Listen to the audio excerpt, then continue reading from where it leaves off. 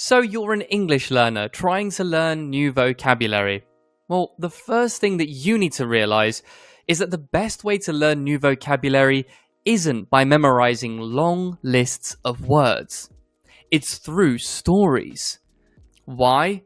Because learning words in context will help you remember, understand, and use them in real life better. That's why today I have a thrilling story for you, packed with useful English words that will boost your vocabulary. By the end of this episode, you'll have 10 new words in your vocabulary and a story that you won't forget. So stay with me and let's get started.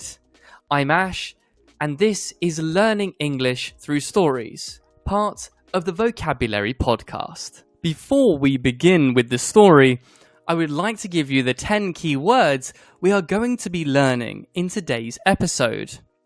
I would like you to just listen to the pronunciation, and when you hear them in the story, try and guess what they mean using the context.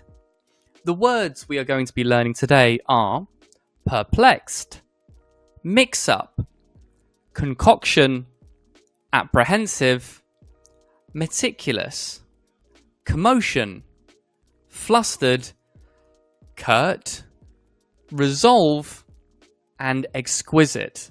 So try to guess what they mean when you hear them in the story. Now that we've looked at the vocabulary, let's get started with today's story. The story today is called The Restaurant Mystery. Lena had been looking forward to this dinner all week. A new, exquisite French restaurant had just opened downtown, and tonight was her chance to experience it. She walked in, admiring the meticulous decor. Elegant chandeliers, velvet chairs, and candlelit tables. The soft hum of conversation filled the air, and the scent of freshly baked bread made her mouth water. The waiter, a tall man with stiff posture, handed her a menu. "Our chef's special tonight is a unique concoction," he said in a curt tone. "Would you like to try?" Lena hesitated, feeling apprehensive. A dish with a mix of unexpected ingredients. She glanced around. Other diners seemed delighted, their plates full of colourful, artistic dishes. "I'll try it," she said. Minutes later, the dish arrived. It was unexpected. A swirl of pasta sat in a bowl of what looked like miso soup, topped with tiny pieces of fruit. As she took her first bite, the flavour was unlike anything she had ever tasted. Savoury, sweet, with a hint of something perplexing. Suddenly, a loud commotion erupted from the other side of the restaurant. A waiter rushed past her, looking flustered. Another table was waving their hands, clearly upset. Lena turned to the waiter. "Excuse me, is everything all right?" The waiter sighed. "There seems to be a mix-up in the kitchen." Just then, another waiter rushed over to her table. "Oh no, ma'am. I believe you received the wrong dish. This is actually an experimental dessert, not the chef's special entree." Lena blinked. That explained the strange combination of flavours. "I was wondering why it tasted unusual," she said with a laugh. "But honestly, it's not bad." The waiter looked relieved. "I'm so sorry for the mistake.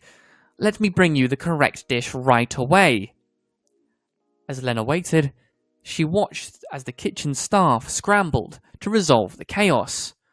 A chef emerged, looking apologetic, while the restaurant manager spoke to the upset customers at the other table.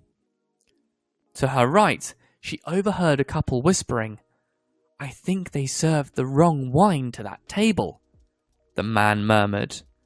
"And I saw someone get the wrong appetizer earlier."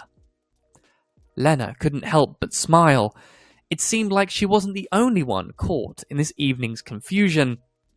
She took another bite of that odd dessert. Mango, dark chocolate, and sea salt. She found herself enjoying it more than she expected. A few minutes later, the waiter returned with the real chef's special, a beautifully plated seafood risotto. It was rich, creamy, and undoubtedly exquisite. As she ate, she couldn't help but reflect on the evening. What started as a perplexing mix-up turned into a fun and memorable experience. By the end of the night, the restaurant staff had resolved all the mix-ups, and Lena left feeling satisfied, not just with the food, but with the adventure. So let's break down the story together, line by line. So Lena had been looking forward to this dinner all week. To look forward to something is to anticipate something with excitement. You want to do something in the future. You have a strong excitement for it. A new, exquisite French restaurant had just opened downtown, and tonight was her chance to experience it. Here we have our first key vocabulary, which is the word exquisite. Exquisite means extremely beautiful, or extremely well made, or perhaps very stunning and gorgeous. So an exquisite French restaurant definitely sounds like an expensive but beautiful experience. The restaurant had just opened downtown. Downtown is the American way of saying perhaps on the high street in the UK, the main area where all of the shops are going to be. Let's look at the next line. She walked in, admiring the meticulous decor. Elegant chandeliers, velvet chairs, and candle-lit tables. So let's look at the two keywords here. Admiring. Admiring is to look at something with fondness, is to look at something with that feeling of, wow, oh my gosh, this is amazing. That is admiring something. And we also have our key vocabulary word, meticulous. What does meticulous mean? It means very careful and detailed. So a meticulous decor is decorations that are very detailed, made with a lot of care. So they then talk about how there are elegant chandeliers. Elegant meaning very smart and beautiful and not in your face. Very calm and beautiful. Elegant chandeliers. Velvet chairs, chairs made of velvet, and candle-lit tables, tables lit with candles. On to the next sentence, which is the soft hum of conversation filled the air, and the scent of freshly baked bread made her mouth water. So the soft hum of conversation filled the air. Soft hum. Well, a hum is like a sound. So a soft hum is like a gentle sound. So you can imagine when people are talking quietly, or not very loud, quite quiet, you have like some gentle background noise of people talking, and that's what they're trying to describe here. A gentle background noise that's quite pleasant to be in. Not too loud, but still makes you feel like you are surrounded by other people. And the scent of freshly baked bread made her mouth water. To make your mouth water means to make you feel hungry, make you want to eat. Have you ever experienced that feeling when you walk into somewhere and it smells so good? You want to start eating straight away? You could say, my mouth was watering. It made my mouth water. Let's look at the next sentence. The waiter, a tall man with stiff posture, handed her a menu. So stiff posture. Stiff means not very flexible. So you can imagine stiff posture might be someone who is standing very upright, like a stick, very upright. Our chef's special tonight is a unique concoction, he said in a curt tone. Concoction is like a mixture of things. So I'm sure when you were a child, you went out into the garden and inside a cup or a bowl, you put mud and sand and all these different things and you mixed it all together. That would be a concoction. Admittedly, the concoction described in this story sounds a lot more delicious and appetizing compared to something you might make as a child with random things you find in the garden. But both are concoctions. They are both mixtures of unique or random things. And to say something in a curt tone means to say something quite sharp and quick so that it may sound rude. So sometimes people speak in quite a curt tone. Or you there, come. That's quite curt. It's very quick, very brief, and it could be considered rude. Would you like to try it? The chef said. Lena hesitated, feeling apprehensive. This is one of our key words today, the word apprehensive. Apprehensive means to feel nervous or uneasy so that you don't take any action. That is what it means to be apprehensive.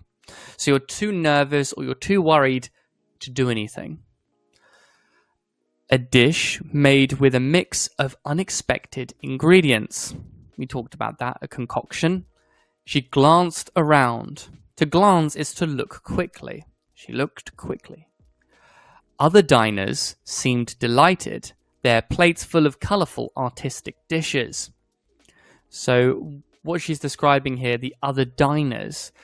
Diners are people who are eating in a diner or in a restaurant. So other diners are the other people eating in the restaurant. I'll try it, she said. Minutes later, the dish arrived. It was unexpected.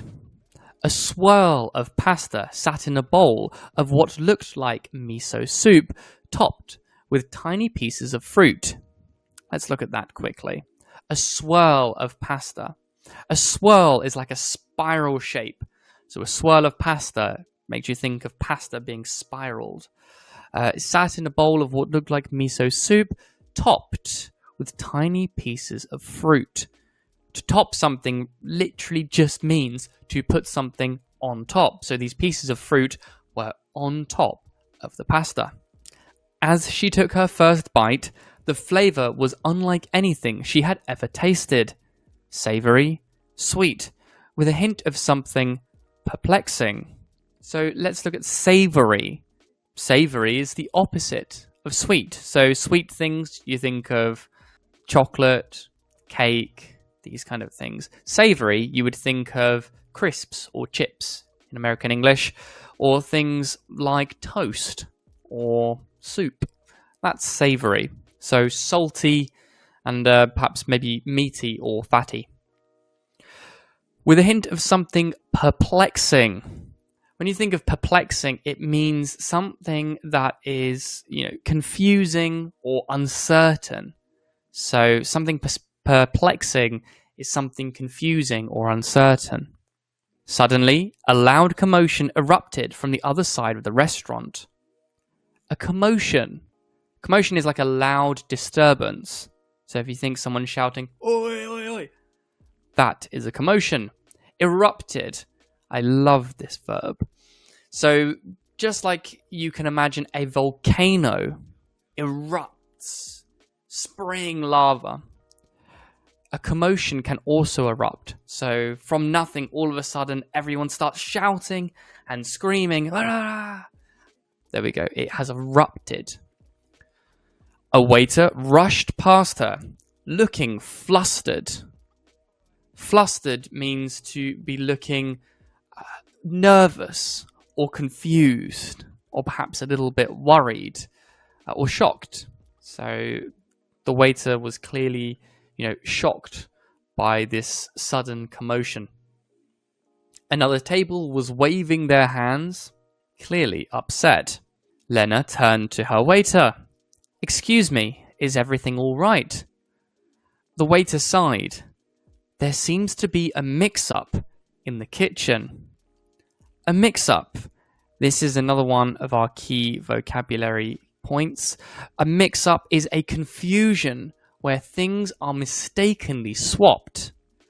So, if I was meant to give you the green one, but I gave you the blue one, and I kept the green one, that was a mix-up. Something went to someone it shouldn't have. So a mix-up, a confusion where things are mistakenly swapped. Just then, another waiter rushed over to her table. "Oh no, ma'am. I believe you received the wrong dish. This is actually an experimental dessert, not the chef's special entree." An experimental dessert. Well, experiment is when you try something new to see what happens. So an experimental dessert is a dessert that is an experiment. It's not 100% perfect. It's experimental. An entree is another word for a main meal. A main meal entree. Lena blinked. That explained the strange combination of flavors. "I was wondering why it tasted so unusual," she said with a laugh. "But honestly, it's not bad." Very common expression here in English to say something is not bad. It means it's good. The waiter looked relieved. Relieved is a great word. It means you were nervous or worried, but all of a sudden you're fine.